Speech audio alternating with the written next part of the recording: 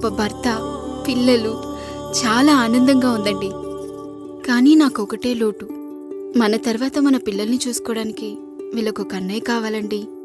అచ్చం మీ పోలికలతో వీళ్ళకొక అన్నయ్యని కందామండి.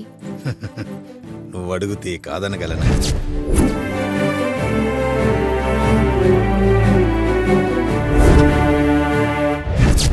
నానా రాయుడెక్కడా? ఇప్పుడే వస్తున్నాను నాన్న.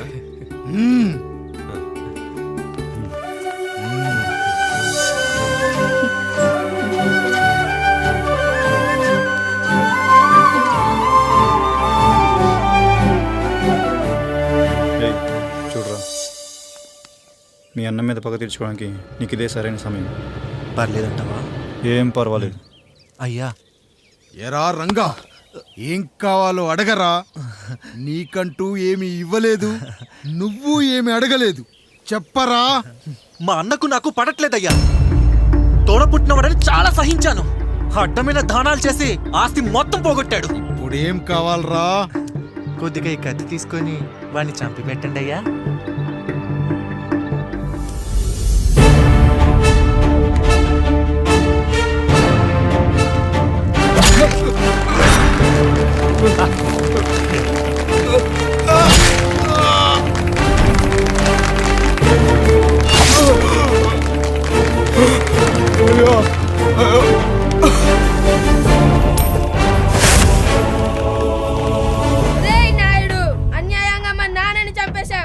గుర్తుంచుకో, ఈ నాయుడి కొడుకు నీ కుటుంబం పాలిట సైనికుడిగా మారబోతున్నాడు.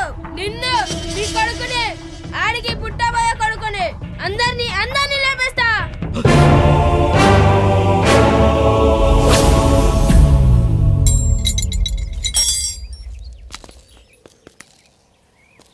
ఏం జరిగింది?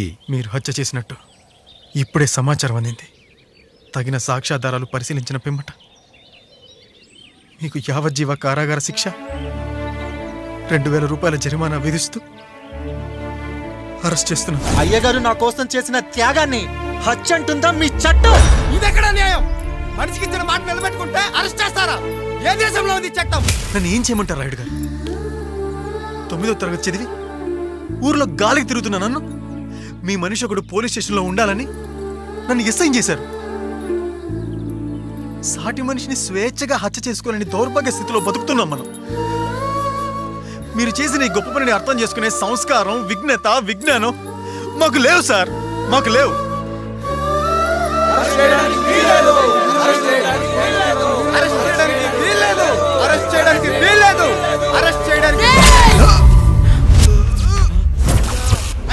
నాయుడు గారు,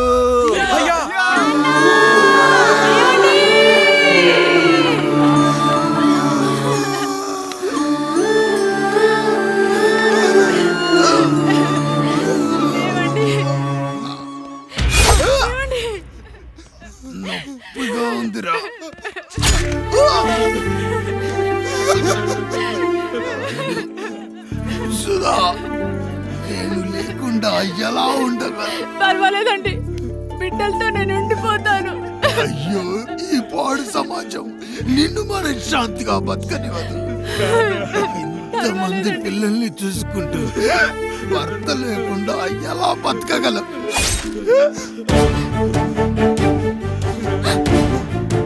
వద్దండి.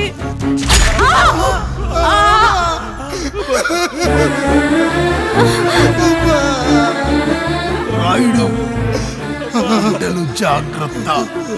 ఈ రోజు నుంచి వీళ్ళంతా నీ తమ్ముళ్ళు, చెల్లెళ్ళు కాదు, నీ బిడ్డలు.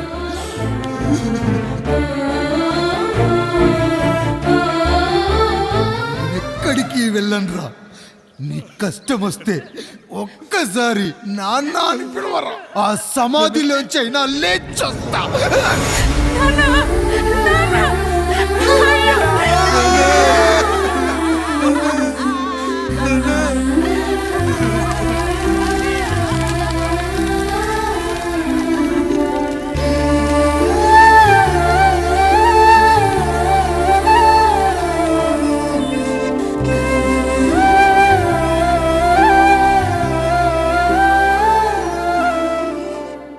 ఇందు మూలంగా 50 మందికి తెలియజేయని చెప్పినదేమనగా ఊరికి కొత్తగా వచ్చిన యాండ్రాయిడ్ తన తండ్రి పెదరాయుడు అని ఆస్తిలో వాటా పంచమని రచ్చబండిని ఆశ్రయించడం వలన గ్రామ పెద్దలందరూ రేపు 11 గంటలకు రాయుడు గారి ఇంటికి రావాల్సిందిగా కోరుతున్నాము.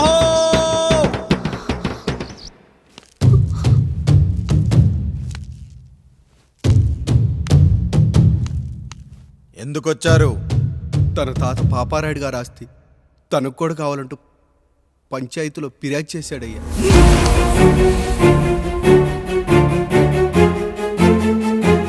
మస్తా గారు ఆ దస్తావేజులు ఇవ్వండి. అయ్యా మరి మా సంగతి ఏంటి? అడగరేంటి? అవునన్నయ్యా. ఈరోజు మీ పన్మేష్ కొడుకొచ్చాడు, రేపు ఆ పాలదం కూతురు వస్తుంది. ఇలా వచ్చినోళ్ళంతా మీ సంతానమే అని తెలిసాక అదిగో ఆ కాముడు చెప్పినట్టు మా ఆయన వాటా కిందో బాత్రూము, నాకో సబ్బు బిల్ల, నా పుట్టబోయే బిడ్డకో బొట్టు బిల్ల, ఇదే మిగులుతుంది. అయినా ఊరి జనాభా కన్నా అన్నయ్య పిల్లల సంఖ్య ఎక్కువైపోతుంది.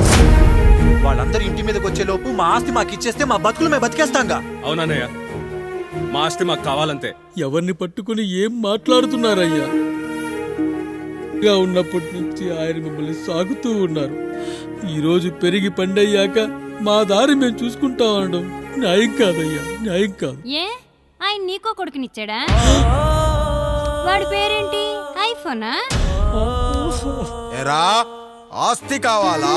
4 బ్రష్లతో తోముకుంటే ఎక్కడ విడిపోతామో అని నా బ్రష్ టూత్ పేస్ట్ నీకు త్యాగం చేసినప్పుడు అప్పుడు అడగాల్సిందిరా అన్నయ్య ఆస్తి కావాలి అని. ఎరా నేను వాడిపారేసిన లంగోటాలు మార్చి మార్చి చొక్కాలు చేతిగుడ్డలుగా వాడారే, అప్పుడు అడగాల్సిందిరా అన్నయ్య ఆస్తి పంచు అని. నువ్వు 6 నెలల పసిగందుగా ఉన్నప్పుడు పాల కోసం ఏడుస్తుంటే నిన్ను తీసుకెళ్లి పశువుల దొడ్లో కట్టేశానే, అప్పుడు అడగాల్సిందిరా అన్నయ్య నాకు ఆస్తి కావాలి. మా తండ్రి గారు పాపారాయుడు పోలికలు నాకు, నా పోలికలు ఆండ్రాయిడ్కి. అసలు మా కుటుంబంలో ఏ పోలికలు లేని మీకు ఎందుకు ఇవ్వాలరా ఆస్తి?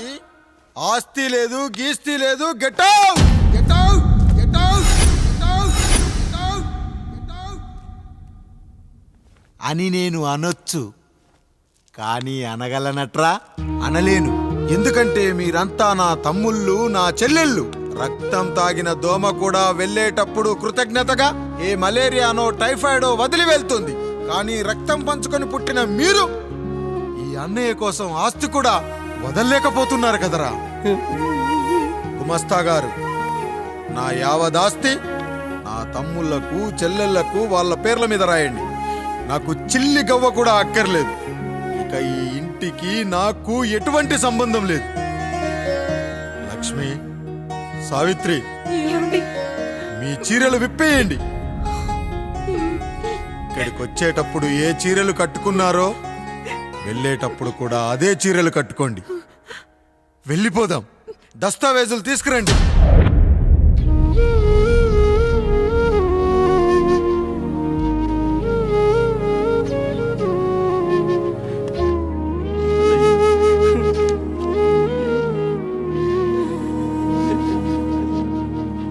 ఇక ఈ ఇంట్లో నా పేరు వినపడితే నా తమ్ముళ్ళు చెల్లెళ్ళు బాధపడతారయ్యా. ఈ ఇంట్లోనే కాదు, ఈ దస్తావేజులో కూడా నా పేరు ఉండకూడదు. నేను ఇక్కడ సంతకం పెట్టి వీళ్ళ మనసు నొప్పించలేను. అయ్యా, మొత్తం వదిలేసి మీరెలా బతుకుతారయ్యా? ఎండకు నీడలా, వర్షానికి గొడుగులా నన్ను ఇన్నాళ్ళు కాపాడింది. కష్టాల్లో సుఖాల్లో నాకు తోడుగా నిలిచింది.